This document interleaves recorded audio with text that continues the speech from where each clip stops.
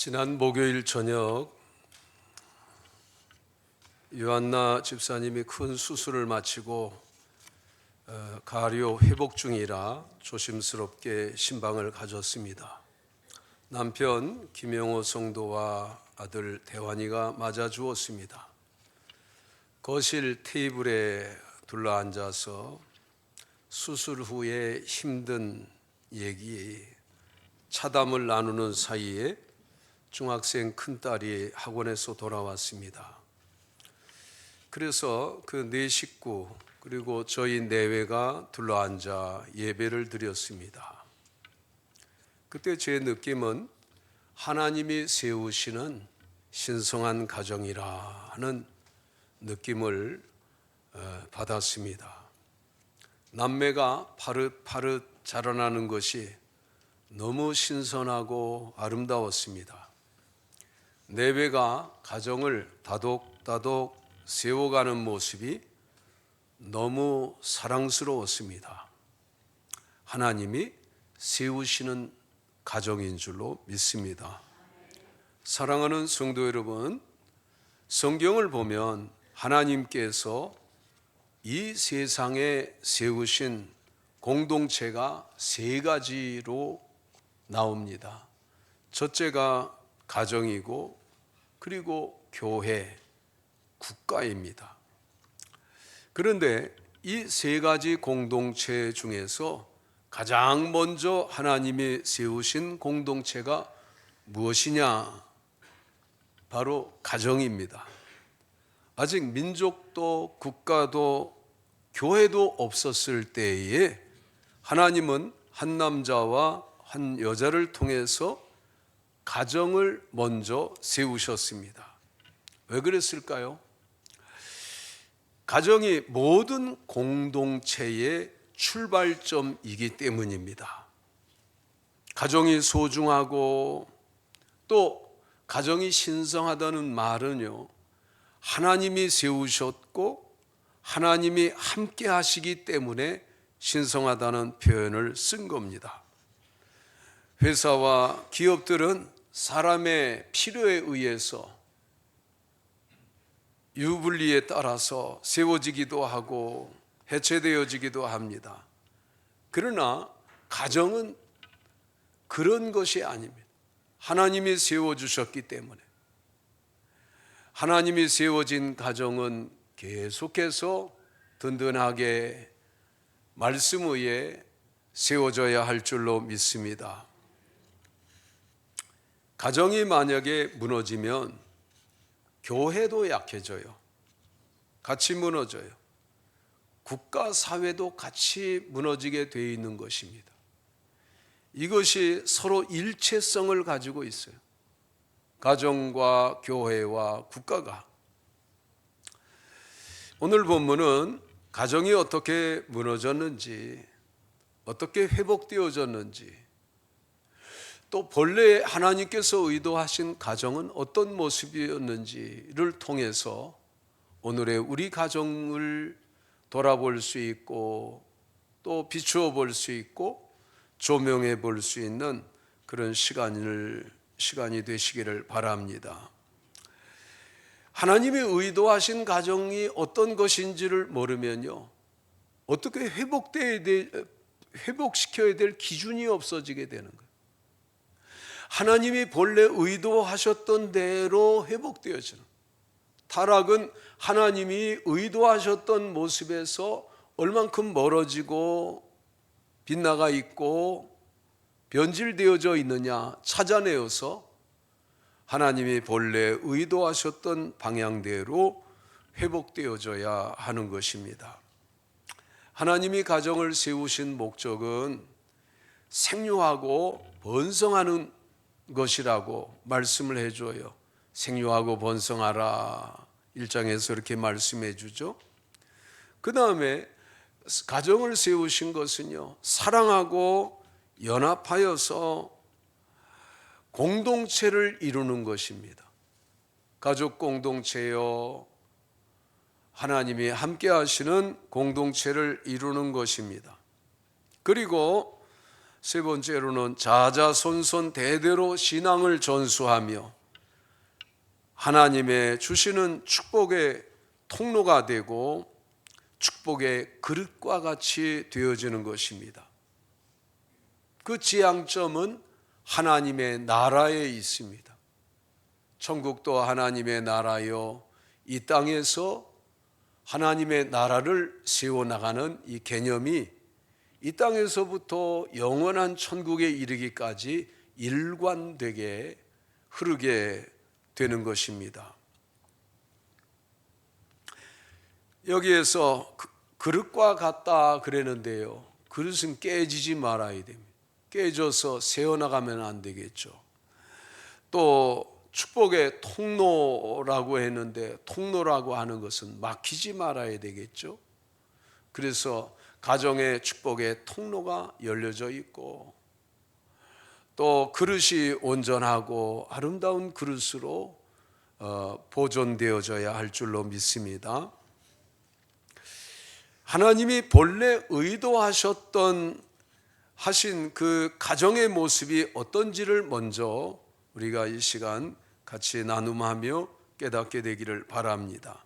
1장 2장에 하나님이 천지를 창조하시면서 가정을 만드신 데서 찾아볼 수 있습니다.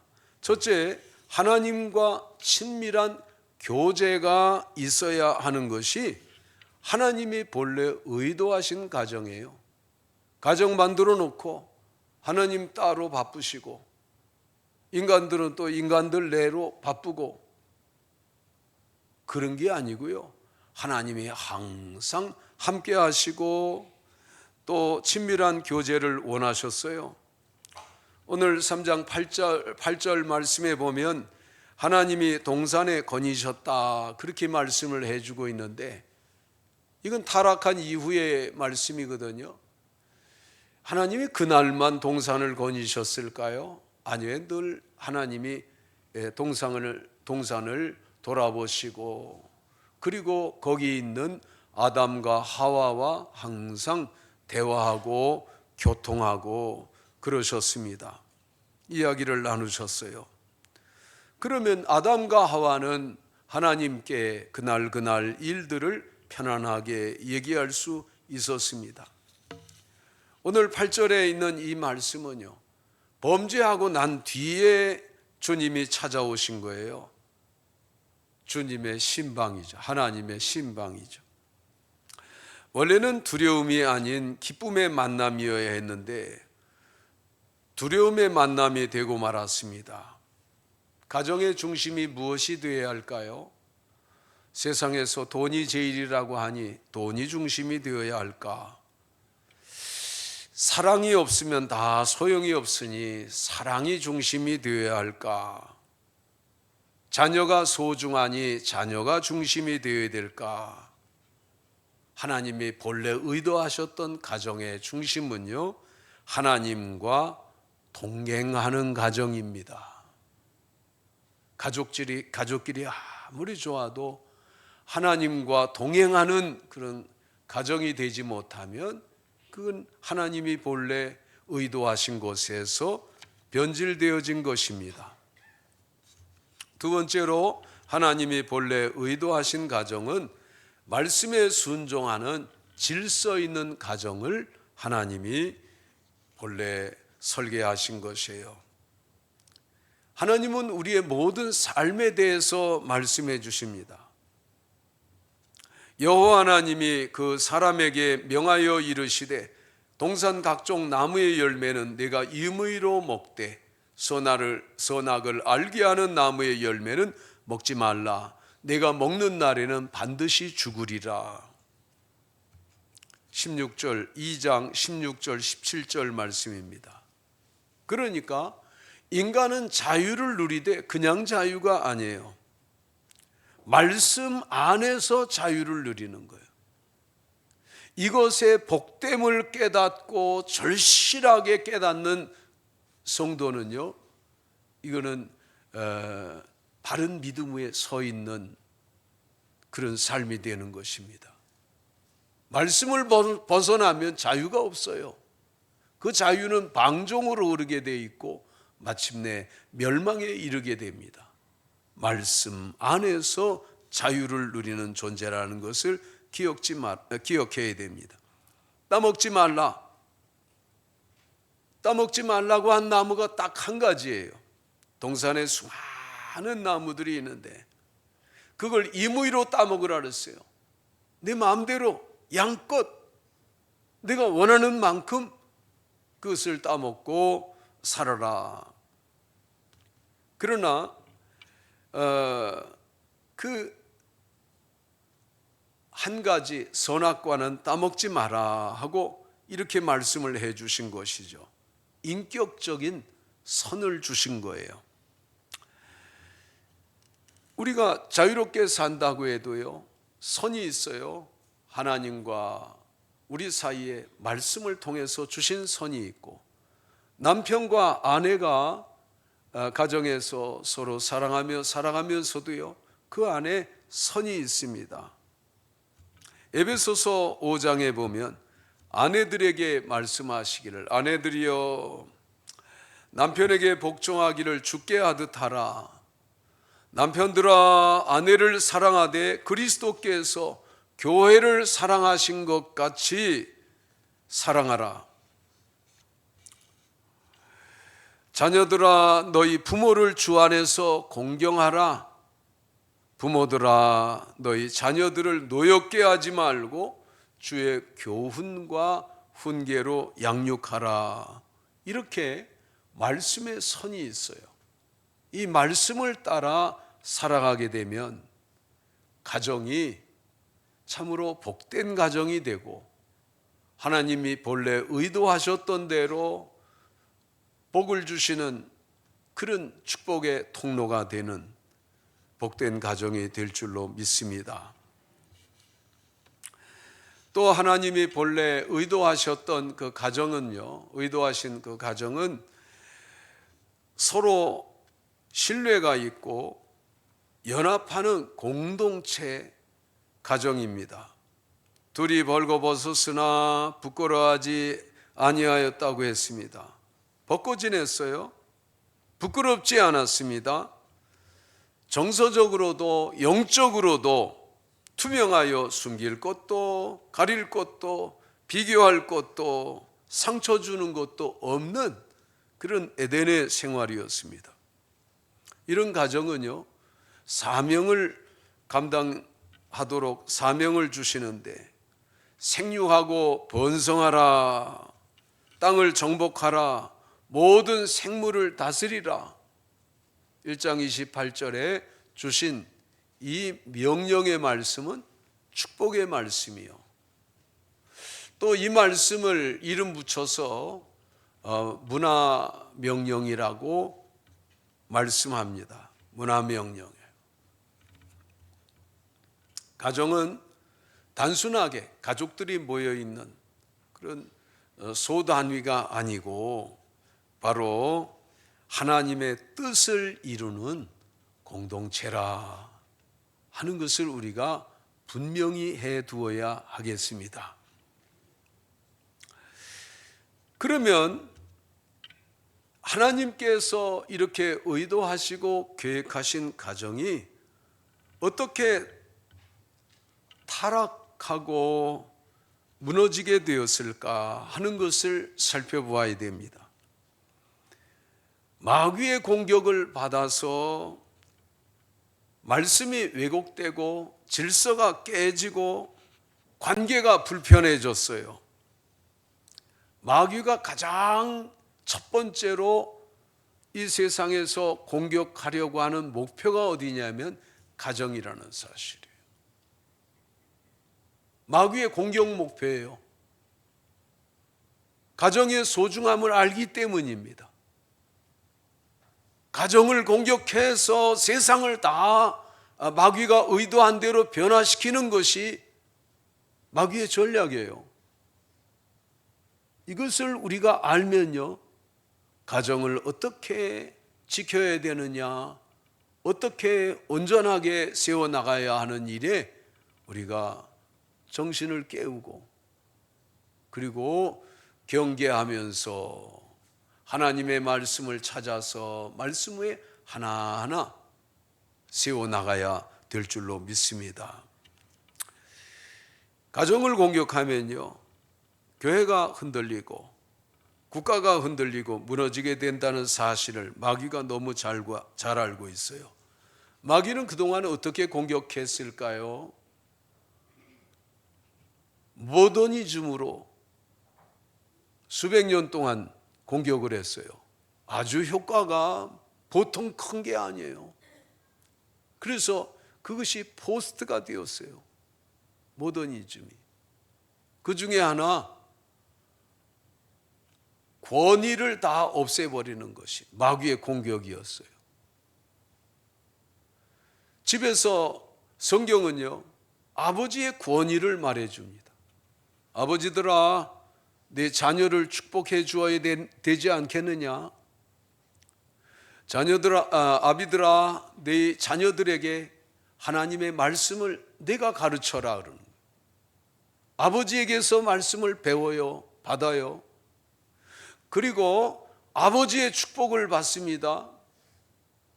그런데 아버지의 권위를 다 깨뜨려 버리면 아버지에게 말씀 받을 것도 축복기도 받을 것도 없어지잖아요. 마귀의 공격이 아주 강력하게 효과를 나타냈어요. 모더니즘의 영향입니다. 여러분, 권위주의로 가면 안 됩니다. 그러나 권위는 있어야 됩니다.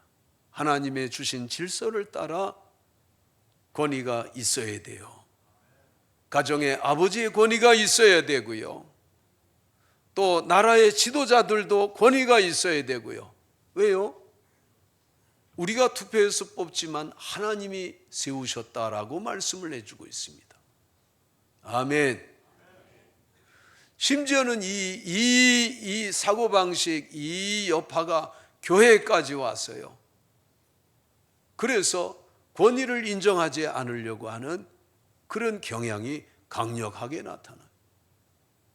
여러분, 우리가 이것은 알고 막고 지켜야 될 것인 줄로 자각하는 우리 모두가 될 수 있기를 바랍니다.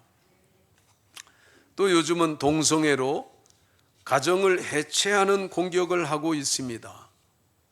입법화되어지면 안 되겠어요. 차별금지법을 추진하는 중에 그 사이에다 끼워 넣었어요. 동성애를 합법화하는 것을. 이건 정말 하나님이 크게 진노하시고 징벌하실 일입니다.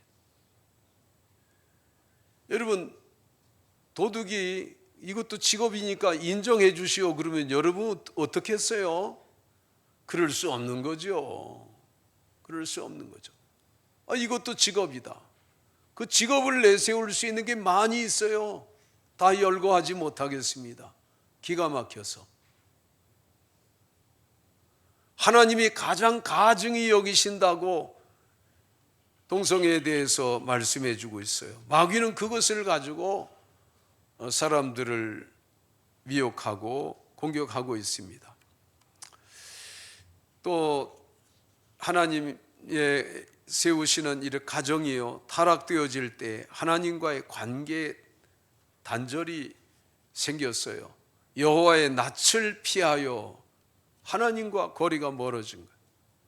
하나님과 관계가 단절되어지니까 낯을 피하여 숨었다.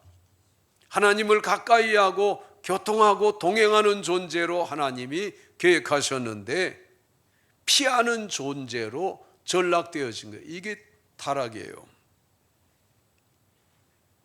이리저리 피하는, 그러다가 하나님이 부르시는 음성 때문에 나서는 아담과 하와의 초라한 모습을 보게 됩니다. 하나님 앞에 나오기를 좋아하는 것이 정상입니다. 하나님을 만나는 것이 기쁨이고 행복이고 이게 정상적이에요. 우리도 이 같은 마음이 있으면 이게 내가 하나님과 바른 관계 속에 있기 때문에 하나님께 나아가는 것이 기쁘고 또 하나님께 나아가서 예배하는 것이 행복하고 이것은 정상적인 관계에서 오는 것입니다. 뱀이 하와를 유혹할 때에 말씀에 대한 불신을 갖도록 유도하고 질문을 합니다. 하나님이 참으로 말씀하시더냐? 이렇게 유도했어요. 유도 질문이에요. 말씀을 의심하게 합니다. 자기 판단이 기준이 되도록 그렇게 미혹하고, 마치 낚시 갈고리에 그걸 숨기고 거기다 미끼를 이렇게 씌워 놓잖아요. 그런 것처럼 질문을 한 거죠. 그랬더니 하와가 대답할 때 동산 중앙에 있는 나무의 열매는 하나님의 말씀에 너희는 먹지도 말고 만지지도 말라 너희가 죽을까 하노라. 이게 하와가 대답한 것이에요. 여러분, 이 말씀이 보면 표면상으로 별 문제가 없어 보일 수 있어요. 하나님이 본래 주셨던 말씀을 옆에 찾아놓고 비교해 봐야 됩니다. 2장 17절에 여호와 하나님이 그 사람에게 이르시되 동산 각종 나무의 열매는 내가 임의로 먹되, 이후가 문제예요. 선악을 알게 하는 나무의 열매는 먹지 말라. 네가 먹는 날에는 반드시 죽으리라. 하와는 뭐라고 그랬어요? 먹지도 말고 만지도 말고 너희가 죽을까 하노라. 이렇게 대답했어요. 하와는 하나님의 말씀에 덧붙였어요. 먹지도 말고 만지지도 말라. 하나님의 명령을 약화시켰어요. 죽을까 하노라. 하나님은요, 반드시 죽으리라. 이전 번역에서는 정령 죽으리라. 그렇게 한 말씀을 이렇게 약화시켰습니다. 이것이 우리가 정말 경계해야 될 내용입니다. 하나님의 말씀을 정확하게 알고, 그리고 하나님의 말씀에 덧붙이지 말고 약화시키지 말고 하나님의 말씀을 따라 살아가면요, 정말 힘이 있습니다. 하나님의 말씀을 따라가는 삶은 권세가 있습니다. 사람이 바르게 바른 길을 걸으면서 살아가면 비록 하나님을 믿지 않는 사람들도 세상에서 정직하게 부지런하게 바르게 걷는 사람들 있어요. 물론 영생의 문제는 별개의 문제예요. 그런데 굉장히 힘이 있게 느껴져요. 세종시에 곰이에요. 트리, 나무 베어트리 파크가 있어요. 거기에 그러니까 창설자가 LG의 여러 그룹을 이렇게 이끌었던 그런 사람. 95세인데요. 하루 5번을 돌아본다고 그래요. 전기 카트를 타고. 그걸 보면서 참 굉장히 말 한마디 한마디가 참 힘이 있어요. 정말 거기에 있는 직원들이 따라갈 수 있는 리더십이 느껴지는 그런 모습입니다. 여러분, 세상에서 그렇게 살아도요, 그것이 권세가 있어요. 그러나 하나님의 말씀을 따라 살아가는 삶은 그런 권세보다 10배나 더 큰 줄로 믿으시기 바랍니다. 우리가 하나님의 말씀을 따라서 살아가고 그러면 언제든지 담담하게 편안하게 내 삶의 상태를 말할 수 있어요.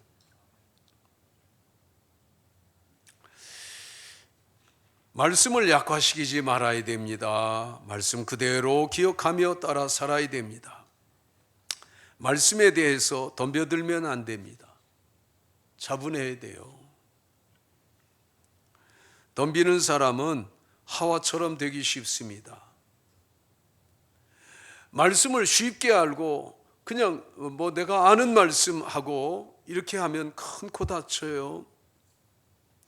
언제나 말씀에 대하여 성령님께 의탁하고 의존하고 기도하면서 말씀을 삼가하여 받는 마음을 꼭 갖게 되시기를 바랍니다. 이 설교를 아무나 하지 못하잖아요. 오랫동안 훈련받고 교육되어지고 또 수련을 받은 목사가 이 말씀을 강론하게 하는 이유도 거기에 있습니다. 불순종하니 범죄하니 하나님과의 관계가 깨어지고 사람과의 관계가 깨어졌습니다. 하나님과 관계가 깨어진 것은 피하여 낯을 피하여 이리저리 숨어 다니잖아요. 하나님과의 관계가 좋은 관계였는데 그만 깨지고 말아서 금이 가고 말았다. 남편과 아내의 관계도요 문제가 생겨서 그래서 금이 가고 파괴되어지는 모습을 우리가 보게 됩니다. 하나님께서 아담과 하와를 찾아오셔서 말합니다. 따먹은 것을 책망하면서 말씀하시니까 아담이 참 이 말씀에 보면 치사하게 대답해요. 뭐라고 대답하냐면요, 아담이 이르되 하나님이 주셔서 나와 함께 하신 여자 그가 그 나무 열매를 내게 주므로 내가 먹었나이다 그랬어요. 이 말 속에 담겨져 있는 의미가 뭐예요? 나는 책임이 없습니다. 제가 뭐 여자 만들어 달라고 그랬습니까? 하나님이 만들어 주셨잖아요. 그 여자가 줌으로 제가 먹었던 것뿐이에요. 회피하는 모습이에요. 아이고 참 얼굴이 화끈거리는 부끄러운 수치스러운 모습입니다. 남편은요 아내를 책임지는 그런 존재인데 아내를 몰라라 합니다. 같이 먹었잖아요. 아내가 주는 것을.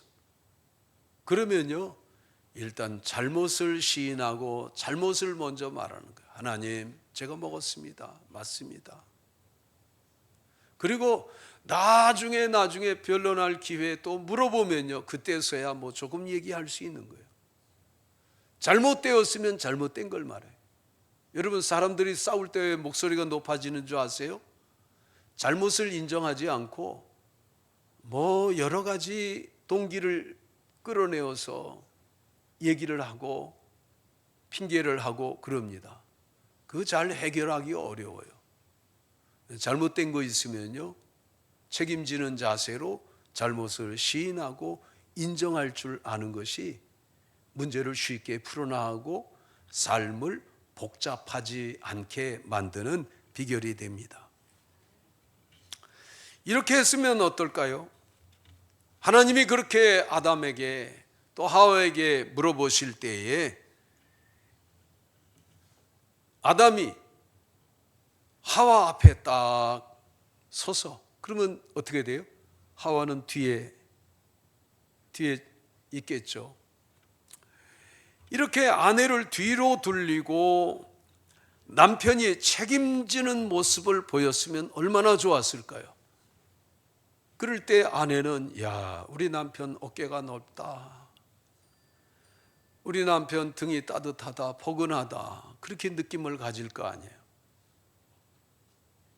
자기가 먼저 따서 남편에게 주워 먹게 했는데 죄책감을 지금 엄청 가지고 있는 하와, 그 하와에게 남편이 이렇게 먼저 나서준다면 얼마나 좋겠어요.